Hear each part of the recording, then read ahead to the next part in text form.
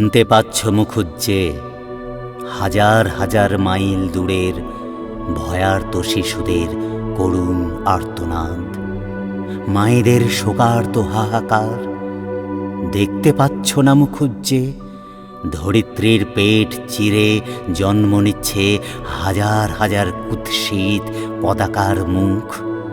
পা আছে তো হাত নেই, হাত আছে তো নাক নেই, নাক আছে তো চোখ নেই, চোখ আছে তো কান নেই।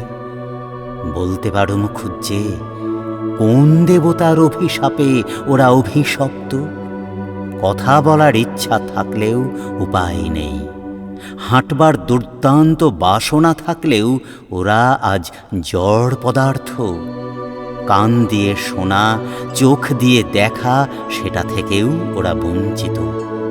কেন কেন এমন হয় বলতে পারো? যে দেখো মুখুজ্জে ওদের দেশের গাছগুলো এক একটা স্কেলিটন, ভূতের মতো ঠ্যাং খাড়া করে দাঁড়িয়ে আছে। সবুজ যৌবন ভরা গাছগুলো আজ চিতার আগুনের মতো জ্বলছে। সারা আকাশে নেই চাতকের সমারোহ, শুধু বোমারু বিমানের একটানা গুঁ গুঁ গর্জন। টাইগ্রিস নদীর তীরের সেই সভ্যতা বোমার আঘাতে আজ ছিন্ন ভিন্ন। ওপর থেকে সূর্য বিদ্রুপ করছে, হয়তো অভিশাপ দিচ্ছে। শতাব্দীর শেষ হলে এরকম আবিষ্ট নিয়ম। আচ্ছা মুখুজ্জে বলতে পারো একবিংশ শতাব্দীর যৌবনে উথলে পড়া পৃথিবীতে নিংড়ে নিংড়ে যৌবনকে কেড়ে নেবার অধিকার কে দিয়েছে? কে দিয়েছে অধিকার হাসপাতালে বোমা মেরে সন্তান সম্ভবা জননী অথবা সদ্য পৃথিবীর আলোয় আসা দেহগুলো ছিন্ন ভিন্ন করার?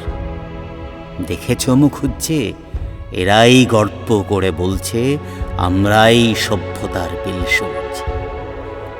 ভেবে দেখেছ মুখুজ্জে সিন্ধু সভ্যতার যুগেও মানুষের মধ্যে ছিল স্নেহ প্রীতি দিয়ে গড়া সভ্যতার ছোঁয়া, চেতনার রন্ধ্রে রন্ধ্রে সত্য দিয়ে গড়া প্রেম পূর্ণ হৃদয়।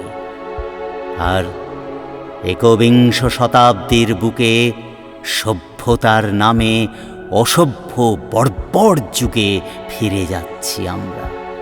জানো মুখুজ্জে এদেরই দেশে লিবার্টির স্ট্যাচু নাকি সভ্যতার পিলসুজ।